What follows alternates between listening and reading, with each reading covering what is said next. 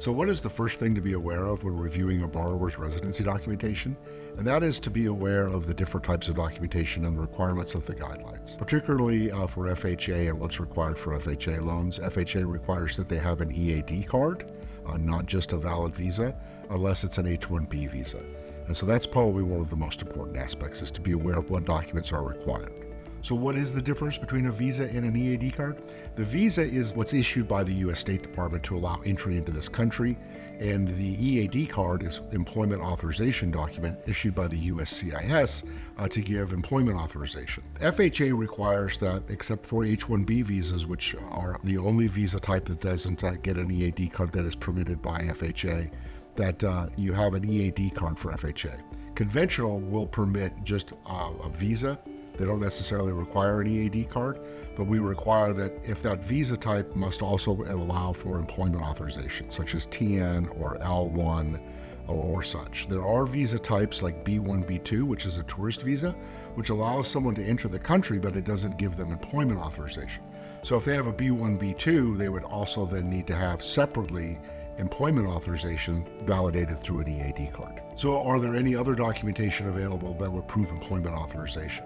So certain classifications of entry evidenced on the I-94 by nature of the type of entry, like Ukraine humanitarian parole or even asylee status, those would be noted on the I-94 record of entry, but they may not get separately an EAD card. Those would be eligible for employment authorization. Now, because they don't have an EAD card, they're not eligible for FHA, but they could go conventional.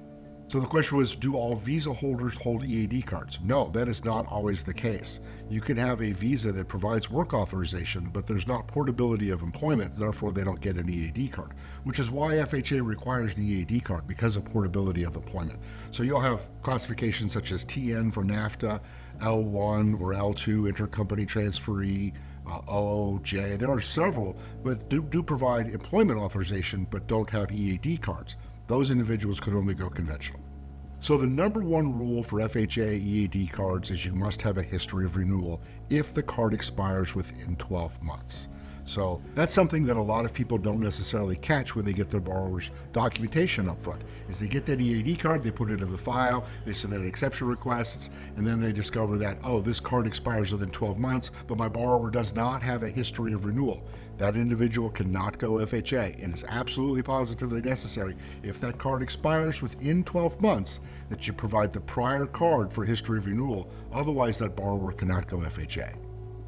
So what is an I-797? An I-797 is simply a receipt. So there are all types of different I-797s. They could get an I-797 when they pay $400 for their biometric scan. So there are all types of things. It just means receipt. Now, we can use an I-797 depending on what type of receipt it is.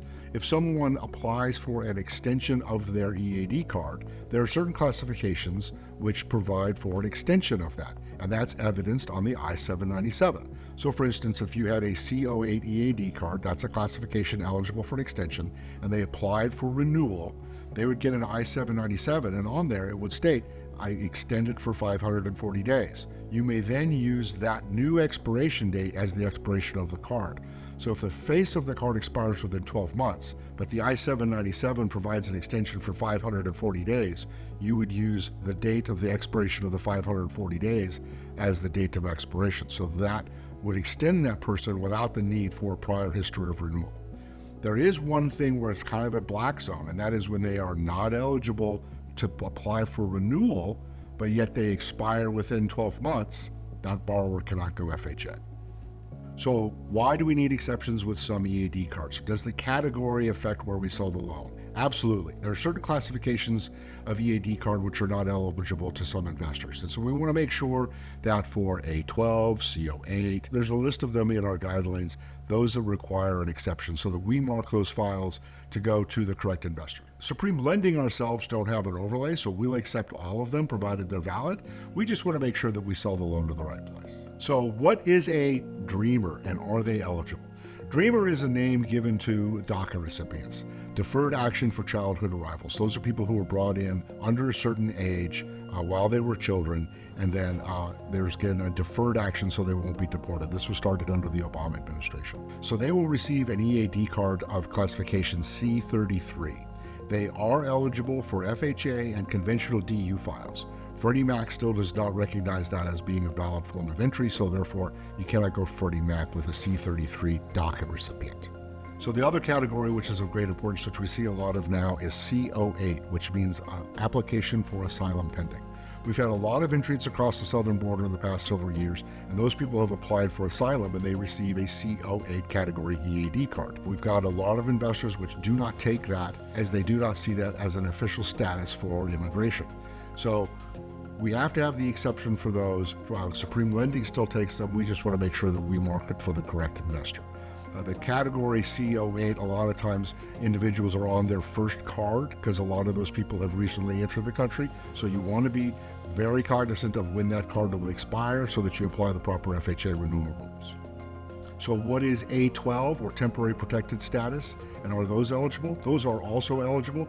Now there's a period of time during which the USCIS was simply extending the validity of the cards rather than renewing the cards. And so some cards, although they may have an expiration date, typically that is September 9th, 2019, they've been extended through 2025. They have now been catching up in getting renewal cards out to those individuals. A12 does still require exceptions. We market for the correct investor, but just because that card is expired, there may be an extension for certain countries of origin for the A12 temporary protected status. Where can the loan officers look up the expiration dates for A12?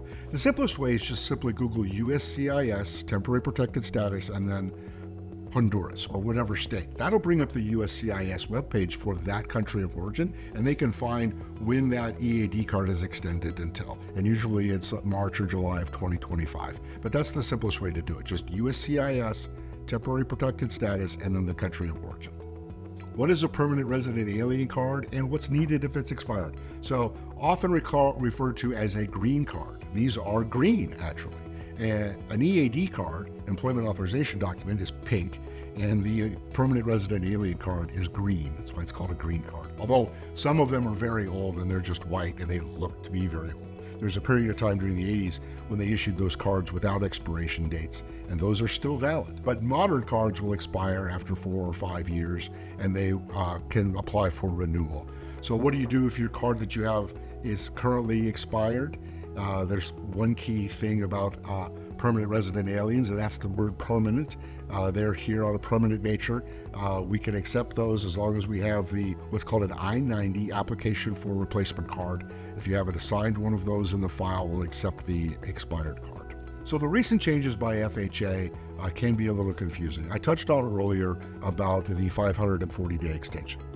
Previously, FHA had said that they would still use the expiration date on the card as their determining factor for if the card expired within 12 months if you needed to have a history of renewal.